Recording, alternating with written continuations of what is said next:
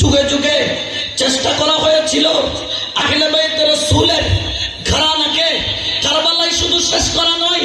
শুনে অবাক হবেন, আলে উমাইয়ার যুগের মধ্যে আহলে বাইতে রাসূলের শুধু একজন নাম বলবো, মুতাওয়াক্কিল বিল্লাহ, যে কিনা অল্প কয়েক বছর যাবত মাত্র ক্ষমতায় ছিল।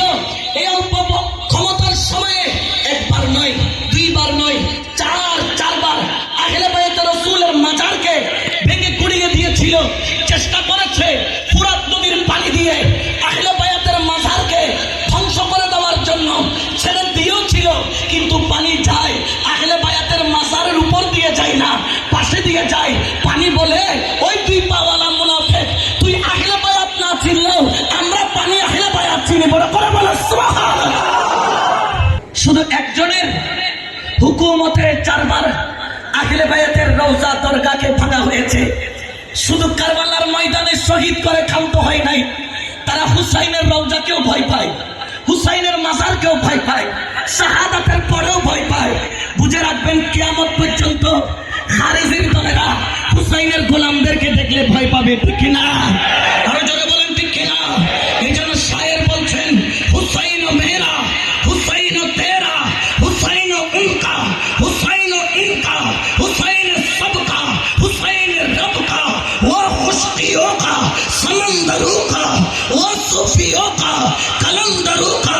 हुसैन गरना शहीद होता, आज घर घर यजीद होता।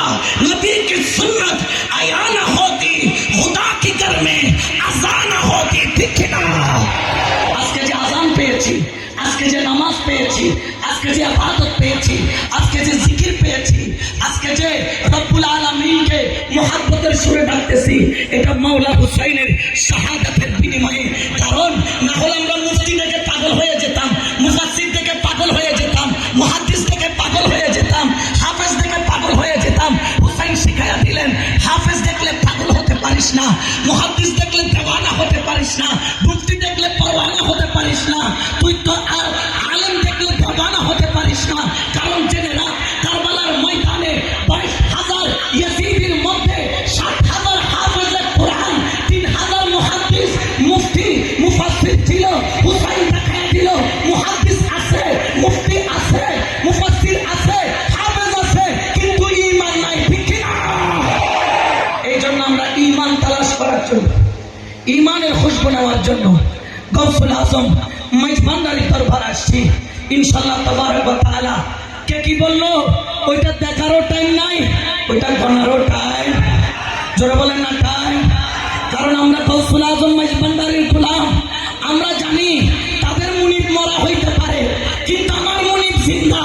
তাদের মুনিব কিছু না দিতে পারে, কিন্তু আমার মুনিব যিনি, তিনি বলছেন, তুমি আমার মুনিব না হও, অসুবিধা নাই, যে কে হও আমার কাছে সাহায্য চাহিবে, আমি তাকে কিয়ামত পর্যন্ত সাহায্য দিতে থাকিব। উচ্চ আওয়াজে বলেন না সুবহানাল্লাহ। এর দ্বারা প্রমাণ হয়ে গেল গৌসুল আজম মেজবান্ডারি শুধু আমাদের নয়, কুল কায়নাতের জন্য দয়ার ভান্ডার নিয়ে এসেছে, তাতে কোনো সন্দেহ? জোরে বলে না সন্দেহ। এই জন্য ঈমানকে মজবুত রাখবে। অনেক অনেক কথা বলে, অনেক ফতোয়া ছুঁড়ে মারে, এগুলা পরোয়া করি না। কারণ কি জানেন, যার কদমে এসেছি তিনি 500 বানাইতে পারে, যার কদমে এসেছি তিনি 500 থেকে ফকিরও বানাইতে পারেন। এই জন্য ইমাম আহলে সুন্নাত আল্লামা কাজী শেরে বাংলা সুন্নিয়তের বাদশাহী পেয়েছিলেন, কিন্তু